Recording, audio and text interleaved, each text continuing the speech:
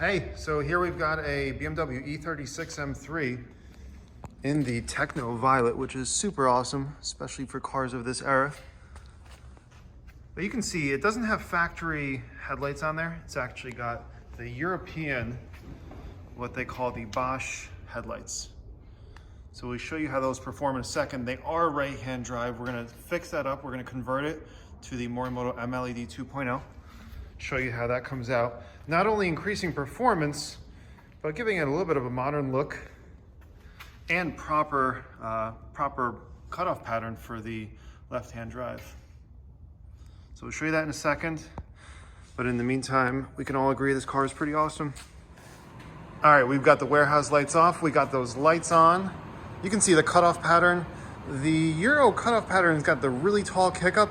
To make matters worse, again, it's made for right-hand drive. If you're driving around on the roads in the United States, you're essentially blinding everybody coming down the road. So no bueno on that. The lights look pretty, factory and US spec when they're on, because you can't really tell that they're different unless you have a good eye for these things.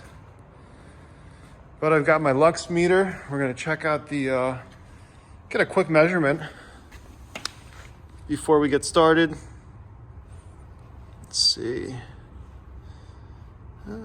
Interestingly enough, it's not brightest next to the cutoff, but we're seeing about 175 lux, and to our standards, that's pretty weak, but that's halogen for you.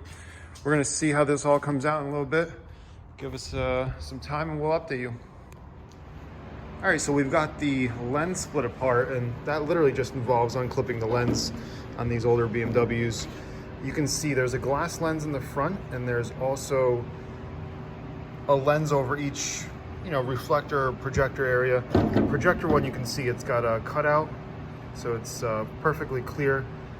These lenses do impact performance a little bit, but retaining them gives you that period correct look, and that's pretty important. So here's the interior. Again, this is not sealed with any type of sealant, just a gasket around here, and it's using this single, just a low beam H1 projector. So we're gonna fit in the Morimoto MLED in there. Show you what the back end looks like here. So again, H1 projector. We're gonna tap into the halogen high beam. That's gonna work in conjunction with the Morimoto MLED. So stay tuned. We'll show you in a little bit how it all comes together.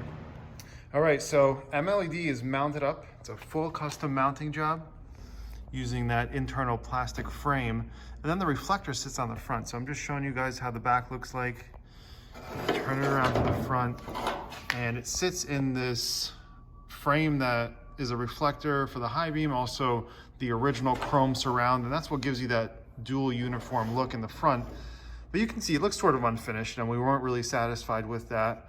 So we decided to add on an E55 shroud. And it's called the E55R. It's one of the first, actually, shrouds probably that was replicated. And it doesn't really work on too many projects, but as you can see on this one, it fits absolutely perfectly. It's gonna give us the clearance for the glass, because the glass is gonna be right in front of it. And when it's all snapped together, I think it's gonna look really uniform and really perfect. So this really does it. The back of the headlight has the wire for the driver feeding out, and that's going to be attached to the MLED driver, and then we're going to do some custom wiring to get everything set up properly. So if you guys have, stay tuned. We'll get to the next step in a moment. Thanks. All right, here she is. It's all wrapped up with the Morimoto MLED 2.0 conversion. So first things first, what do you think about the looks? Does it carry a factory look? I believe it does. So you can see that E55R shroud behind there.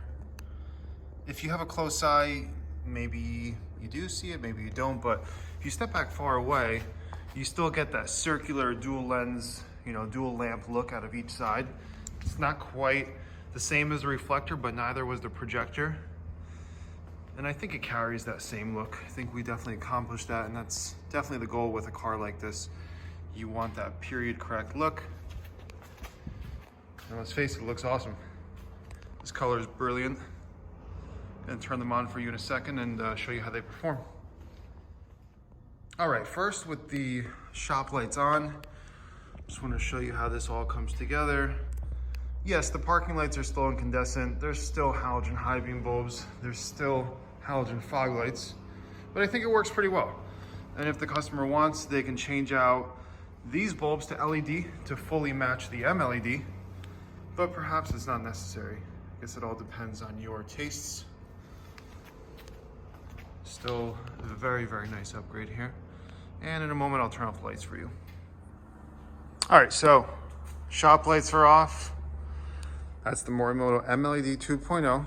It's bi-LED low and high beam function along with factory halogen high beams, which on this model, they aren't too great, but any additional high beam performance helps. And again, it's instantaneous because it's got a shield that moves out of the way and lets all the light out. So let's analyze the cutoff now.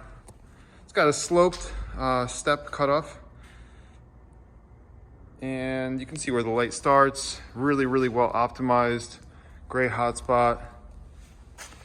And in a second, we're gonna measure it. If you guys remember, the lights were right-hand drive. That is definitely less than ideal because you're gonna be blinding everybody. And I believe we were hitting about 75, 180 lux. I've got my meter in my hand, so we can analyze how the light's distributed right here in front of the vehicle as well. And now we're right by the wall, so let's see.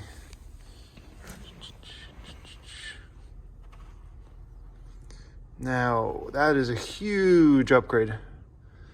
And the light is exactly where you want it. You want it to be brightest right under the cutoff. And we're literally just a few lux away from 900 lux. So massive upgrade. What is that? At least 4 times brighter. You got a lot of color in the cutoff. Looks really modern. It's set up properly. We just align the lights. That looks really, really good. So no compromise setup here. And for a car like this, let's face it, there really shouldn't be. But a lot of people will put in some depot lights with some cheap aftermarket HID system, and the light output is horrible on those. If you have any questions, email us. It's info@lightwerkz.net. Check out our website. We can help you get service set up, parts, whatever you need. But we're all wrapped up here. Take a moment to subscribe to the channel. We appreciate you, and have a great day.